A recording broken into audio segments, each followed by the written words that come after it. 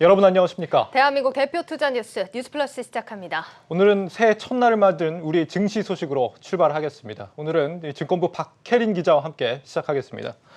박 기자 어서 오십시오. 네, 안녕하세요.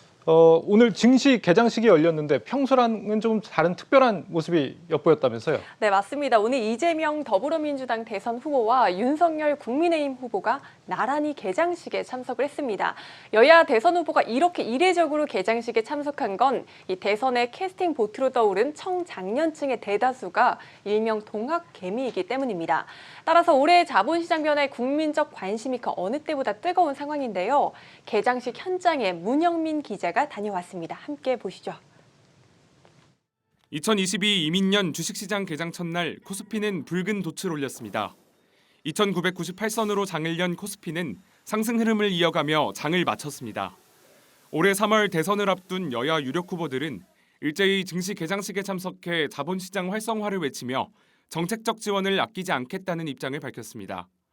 민주당 이재명, 국민의힘 윤석열 대선 후보는 자본시장 활성화를 위해 먼저 투명하고 공정한 시장이 형성돼야 한다고 입을 모았습니다.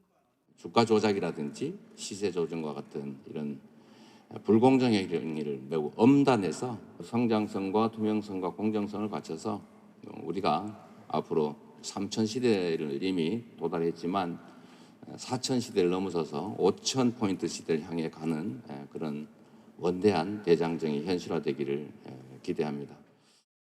기업 지배구조의 불투명성, 회계 처리의 낮은 신뢰도의 문제를 지속적으로 개선해야 합니다. 소액 주주의 권리가 등한시되지 않도록 해야 합니다. 또 주가 조작을 통해 얻은 범죄 수익은 확실하게 환수하며 또 이 주가 조작을 시도할 경제적 유인을 없애는 한편 또 코리아 디스카운트 해소를 위해 이재명 후보는 대대적인 투자를 통한 성장성 확보를, 윤석열 후보는 외환거래 개선과 세제 혜택 제공을 통한 선진시장화를 내걸었습니다. 이와 관련해 금융위원회와 한국거래소는 규제 완화와 IT 인프라 개선, 혁신 기업에 대한 지원 확대 등에 주력하며 증시 상승 추세에 보탬이 되겠다는 계획입니다. 2022년 금융위원회의 자본시장 정책은 안정과 성장 그리고 혁신이라는 세 가지 키워드로 요약할 수 있습니다. 궁극적으로 자본시장 성장의 과실을 국민들께 돌려드리는 계기가 될 것입니다. 2022년에도 자본시장은 새로운 도전과 기회를 마주하고 있습니다.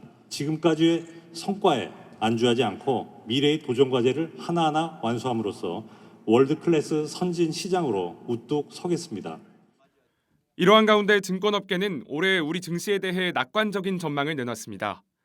KB증권은 3,600, 하나금융투자 3,480, 삼성증권과 유진투자증권 3,400 등 평균 3,370선을 제시했습니다. 다만 코로나19 장기화와 글로벌 공급망 병목 현상, 그리고 인플레이션 우려 등 대외 악재는 아직 숙제로 남아있는 상황. 이 때문에 전문가들은 올해 상반기에는 이런 문제들이 해소되지 않을 것으로 평가하면서 코스피 하단 평균을 2,790선까지 열어뒀습니다.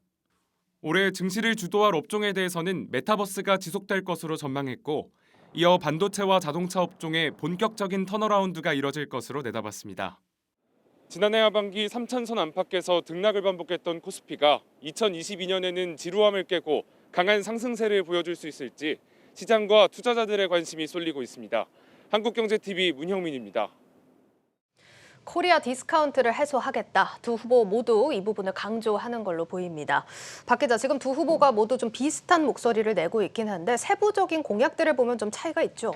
네, 이재명 후보는 오늘 개장식 발언 이전에도 최근 유튜브 채널에서 코스피 5천이 그렇게 어려운 일이 아니라며 해외 선진국에 비하면 너무나도 저평가됐다. 이것만 정상화돼도 4,500은 가뿐히 넘을 것이라고 밝혔습니다. 또 본인을 왕개미까지는 못 돼도 큰 개미라고 밝히며 소액주주 보호를 위한 불공정거래 엄벌을 약속하기도 했습니다. 윤 후보는 증권거래세 완전 폐지를 약속하며 표심을 자극했는데요. 개인 투자자 최대 관심사인 공매도 제도 개선 방안으로는 과도하게 주가가 하락하면 자동으로 공매도가 금지되는 서킷 브레이크 도입을 제안하기도 했습니다. 예, 지금 두 후보 제안 모두 투자자들이 주목할 만한 핵심 현안들로 보입니다. 그래도 공매도 같은 부분에서는 두 후보 생각이 미세하게 다르기 때문에 올해 대선 우선 결과 우리 증시에 충분히 영향을 미칠 만한 변수가 되지 않을까 싶습니다. 자, 그리고 올해 투자자들이 가장 관심이 있는 건 아무래도 증시 전망일 것 같은데 이 부분에 대해서 취재가 되어 있다고요? 네, 지난해 개인 투자자들이 증시에 대규모 유입된 만큼 일명 동학개미로 불리는 개인 투자자들의 영향도 증시에 적지 않습니다. 시민과 증시 전문가들의 희망사항과 전망을 박찬희 기자가 들어봤습니다. 지난해 증시 마지막 거래일 코스피 지수가 아쉽게 3,000포인트 안착에 실패했습니다. 하지만 올해는 지난해보다 증시가 더 상승하고 전고점 돌파가 가능하다는 견해입니다. 이민년 새해를 맞아 첫 출근길에 나선 개인 투자자들은 올해 증시 상승을 희망하고 있습니다. 올해는 이 개미 투자자들이 그동안 우리 주식 시장에서 큰 성장 동력을 견인했으니까 올해 많은 수익을 거뒀으면 하는 바람. 한 4,000포인트까지 갔으면 좋겠어요. 지금 좀 안 좋은 장이 좀 많이 안 좋은 상태여서 좀 회복만 됐으면 좋겠다는, 그냥 전해 가장 좋았던 그 상태까지는 다시 회복할 수 있지 않을까. 증시 전문가들은 투자자들의 바람이 올해 2분기에 반영될 것으로 보고 있습니다. 올해 증시가 상저하고의 흐름을 보일 것으로 내다보고 있기 때문입니다. 상반기 부진의 이유로는 중앙은행의 긴축 정책이 꼽혔습니다. 장화탁 DB금융투자 리서치센터장은 지난해 풍부했던 유동성 환경이 다소 위축되면서 1분기 국내 증시가 다소 부진할 우려가 있다고 설명했습니다. 하지만 전문가들은 국내 증시가 2분기부터 반등을 모색하고 하반기에는 강하게 상승할 것이라고 내다봤습니다. 반도체 중심으로 기업 투자 사이클이 확산이 되면서 상반기가 끝나가는 2분기부터는 상당히 좋은 흐름 예상을 하고 있고요. 하반기는 이런 투자 사이클이 본격화되면서 전반적으로 대형주 위주의 강세장을 전망을 하고 있습니다. 국내 증시를 주도하는 반도체 업황이 올해 2분기부터 개선될 것으로 전망되며 이에 따라 하반기에 증시가 강하게 상승할 것이라는 분석입니다. 올해 증시를 주도할 업종으로는 반도체와 하드웨어를 제시했습니다. 작년에는 메타버스라든지 그리고 소프트웨어 플랫폼들이 상당히 강세를 보였는데요. 올해는 이 메타버스나 소프트웨어 플랫폼을 실제 구현하는 데 필요한 하드웨어 사이클이 온다라고 보고 있습니다. 반도체도 포함이 되는 것이겠지만은 전반적인 어떤 IT 기기들에 대한 수요가 상당히 폭증할 것으로. 개인 투자자의 바람과 전문가의 전망이 올해 국내 증시 상승이라는 하나의 목적지를 향하고 있습니다. 특히 하반기 강한 상승이 전망되는 만큼 코스피 코스닥 양대 지수가 전고점을 돌파하기를 시장은 고대하고 있습니다. 한국경제TV 박찬유입니다. 전문가들이 제시하고 있는 상저하고 이 반도체와 IT 관련주들이 하반기에 크게 개선될 거라는 전망까지 들어봤습니다. 이 전망은 상당히 희망적이긴 한데 새해 첫날인 오늘 주가 흐름을 보면 다소 좀 어정쩡했습니다. 예, 양시장 모두 상승 마감하긴 했지만 조금 섭섭하게 느끼셨던 분들 많으실 것 같습니다. 예. 오늘 코스피 장 초반 힘있게 올라주면서 단숨에 3,000선 넘어서기도 했는데 이내 상승폭 축소하며 전거래일보다 0.37% 오른 2,988포인트로 장을 마쳤습니다.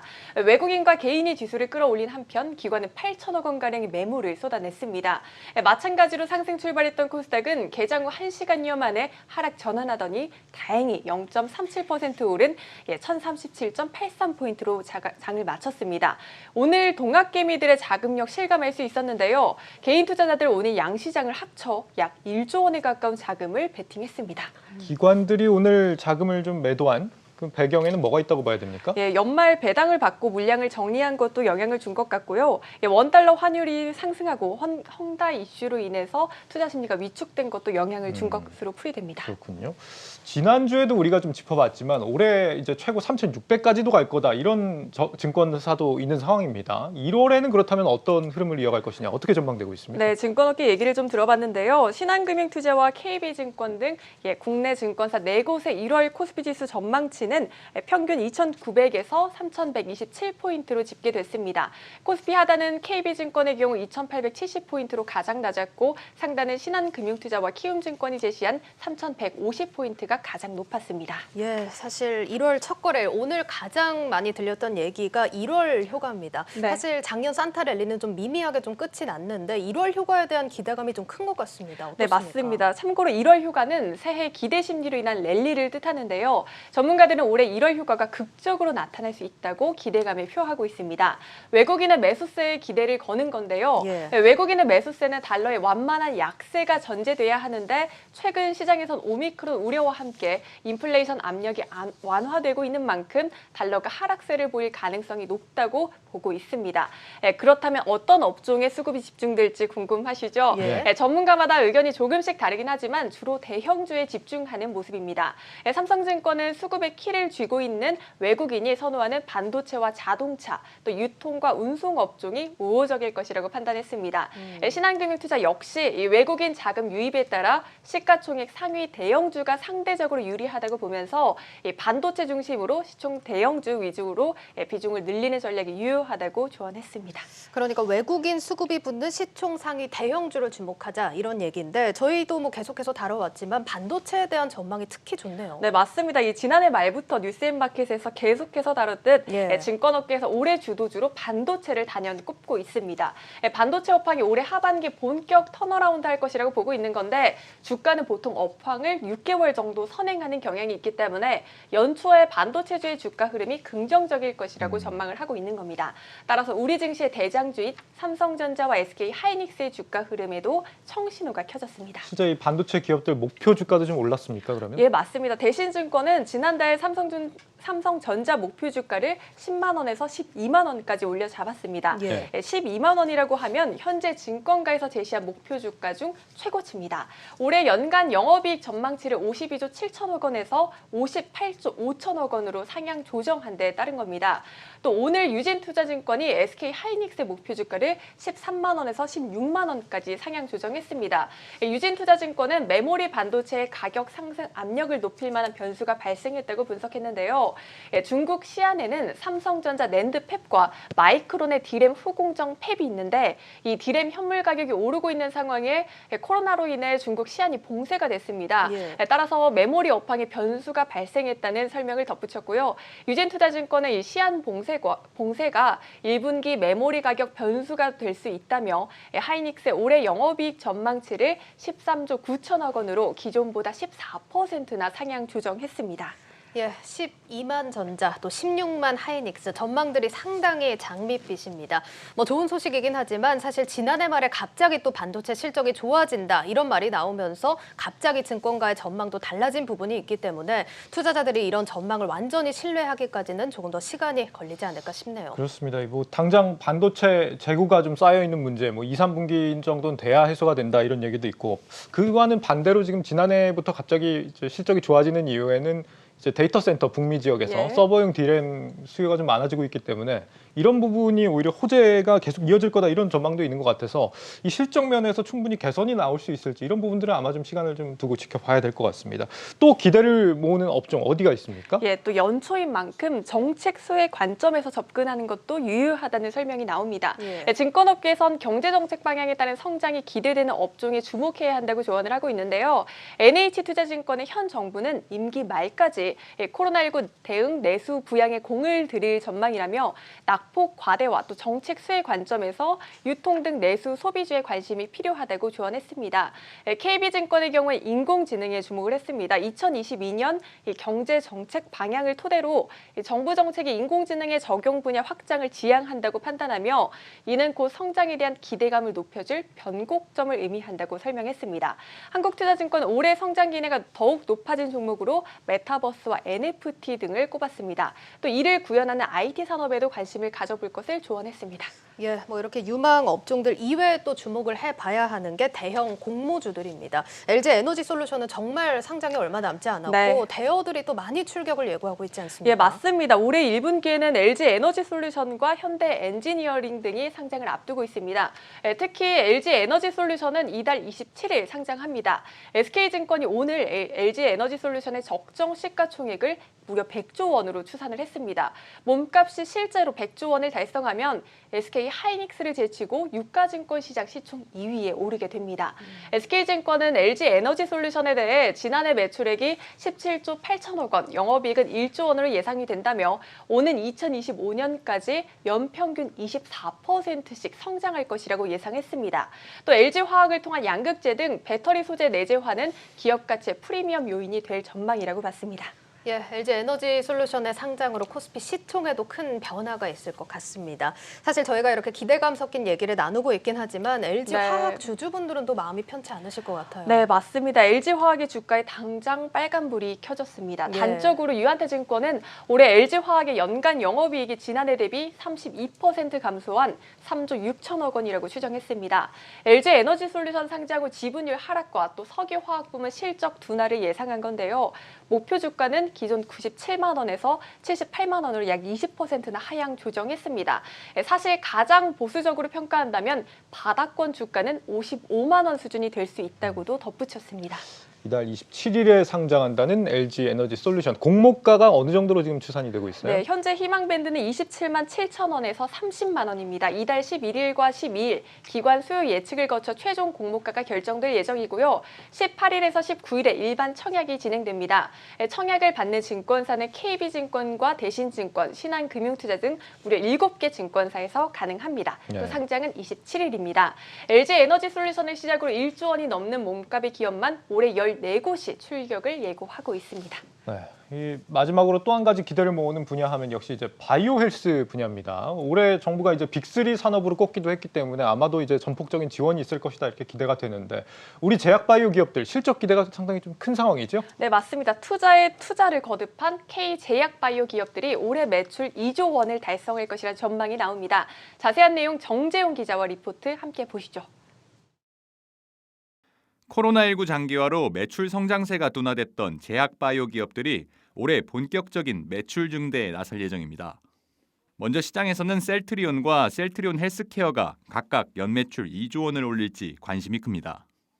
미국 시장에서 자가 면역 질환 치료제 바이오시밀러 램시마와 혈액암 치료제 트룩시마 점유율이 증가하고 있고 하반기 대장암 치료제인 아바스틴 바이오시밀러와 코로나19 치료제 레키로나 공급도 확대될 것으로 예상됩니다.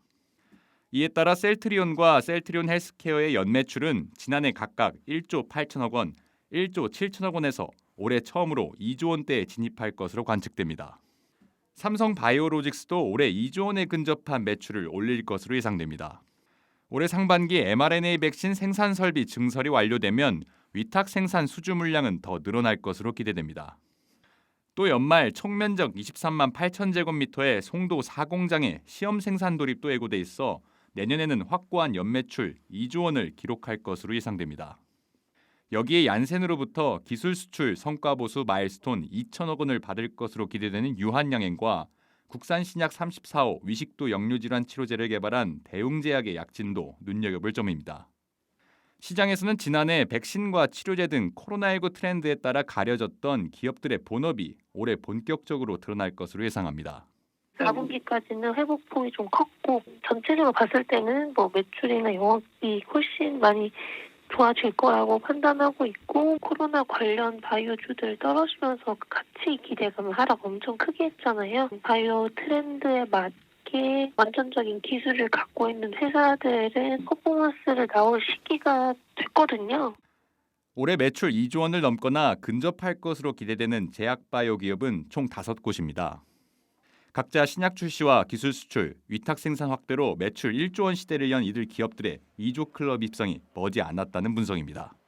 한국경제TV 정재홍입니다. 네, 새해를 맞은 우리 증시 소식 박혜린 기자와 함께 짚어봤습니다. 박 기자 잘 들었습니다. 고맙습니다.